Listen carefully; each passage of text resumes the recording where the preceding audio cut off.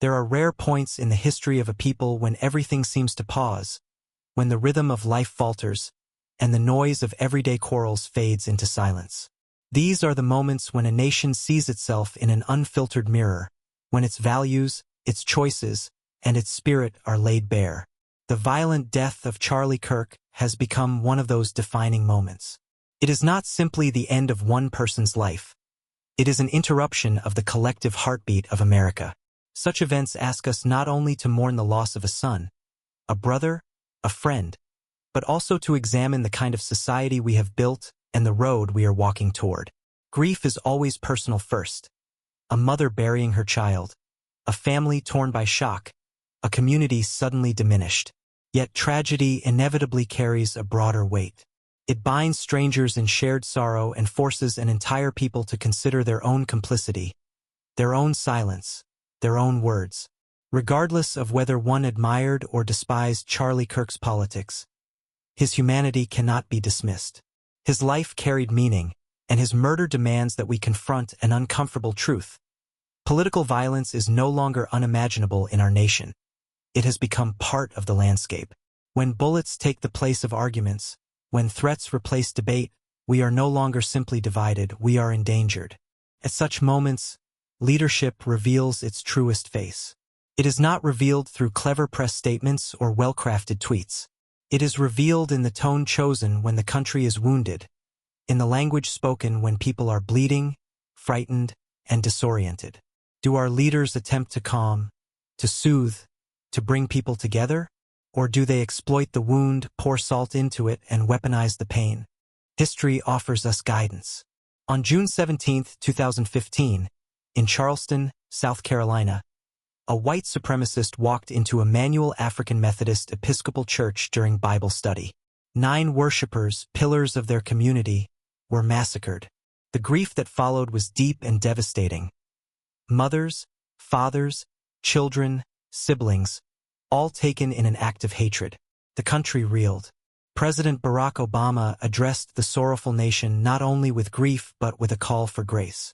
Standing before thousands at Reverend Clementa Pinckney's funeral, he sang Amazing Grace. That moment was more than a song. It was an act of defiance against hatred, a refusal to allow evil to define what America could become. Obama urged people not to repay cruelty with cruelty, but to transcend it with compassion. Now, in the aftermath of Charlie Kirk's assassination, we stand again at a crossroads.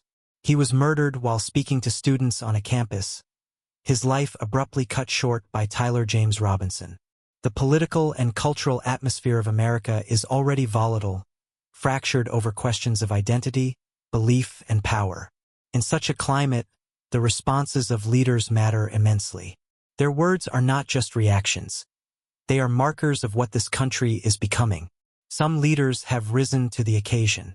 They have spoken with sorrow but also with an insistence on unity, urging calm and rejecting the poison of hatred.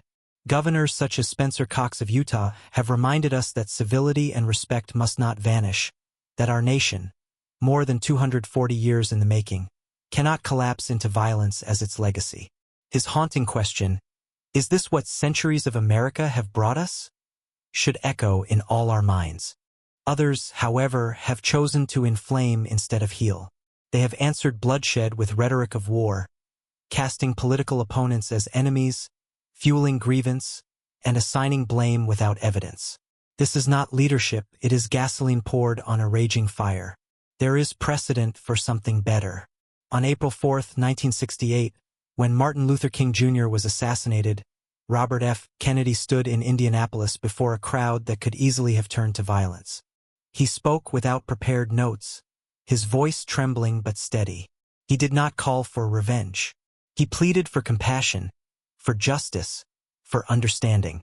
In one of the most fragile nights in American history, Indianapolis remained calm while other cities burned. That was leadership rooted in courage and love, not in political gain. The lesson is clear. In the aftermath of violence, the first task of leadership is to guide people toward their better selves, to remind us that even in anger, grief, and rage, we are still capable of restraint, empathy, and dignity. But words of condemnation alone will not suffice. To say, "This must stop," while continuing to use rhetoric that fuels hatred is hypocrisy.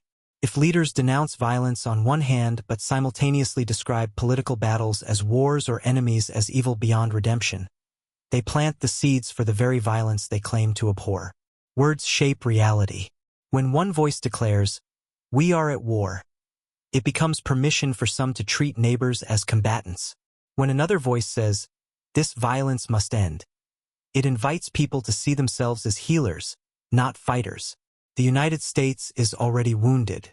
Assaults, threats, harassment, and shootings tied to politics are no longer rare. They are multiplying. Social media amplifies outrage and spreads conspiracy theories that turn fellow citizens into imagined monsters.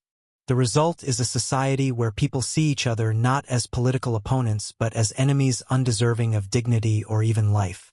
So what does true healing look like? It looks like honesty, calling things by their name without excuse. It looks like humility, leaders admitting when their own words have contributed to division. It looks like consistent condemnation of violence no matter who the target is, Republicans, Democrats, conservatives, progressives, immigrants, or religious minorities. No exceptions.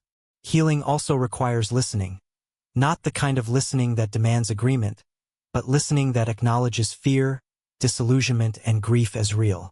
It asks us to rebuild trust, not just in institutions but in one another. That means fairness, even when it costs politically. That means refusing to weaponize difference for cheap applause. It means calling out the jokes, the memes, the careless words that dehumanize. Because the slope toward violence does not begin with bullets. It begins with words. When cruelty in conversation becomes normal, cruelty in action follows soon after. Healing also demands something deeply uncomfortable: self-reflection. Each of us must ask, have I dehumanized others in private conversations? Have I reduced people to labels? Have I chosen outrage over understanding? If we cannot admit our own small part, then we risk allowing political violence to become normalized, accepted, even justified.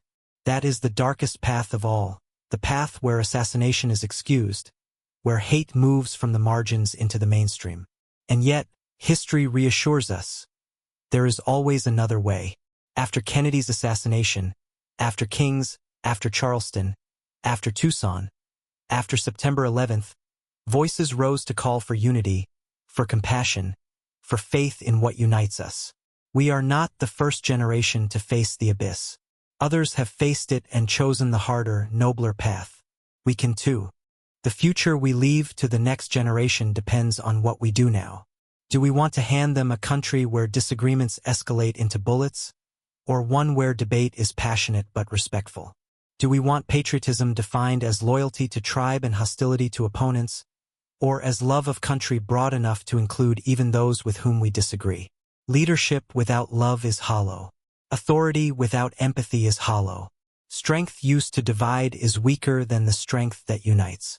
The test of this generation is not whether we will always agree, but whether we will remember that our fellow citizens, however different, are still human beings worthy of dignity. The death of Charlie Kirk, the loss of the Charleston Nine, the countless lives stolen by violence. All of them cry out for something better from us. They demand that we choose grace over vengeance, restraint over outrage, unity over division. They remind us that our democracy, fragile but enduring, can still be redeemed. But it will take courage. Courage from leaders to speak unpopular truths, and courage from ordinary citizens to reject the easy comforts of rage. It will take effort from families, churches, schools, and communities to resist the casual cruelty of dehumanization. Because if we fail in the small things, the slurs, the mocking jokes, the vilifying posts, we will inevitably fail in the larger tests. So let us refuse to make violence a spectacle. Let us not treat assassination as political theater. Instead, let us remember that compassion, humility, and truth are the tools that build a future worth living in. Charlie Kirk deserved better. The Charleston victims deserved better. All those who suffer from violence deserve better. And America itself deserves better. May we honor them not simply with words but with lives lived differently, with grace, with fairness, with love that binds rather than hatred that breaks. Unity is not uniformity. It does not mean abandoning convictions. It means holding firmly to our beliefs while still seeing one another as Americans, as human beings, as neighbors. And if we can do that, if we can choose decency, choose mercy, choose truth, then perhaps out of this sorrow, something truer, stronger, and gentler may yet be born.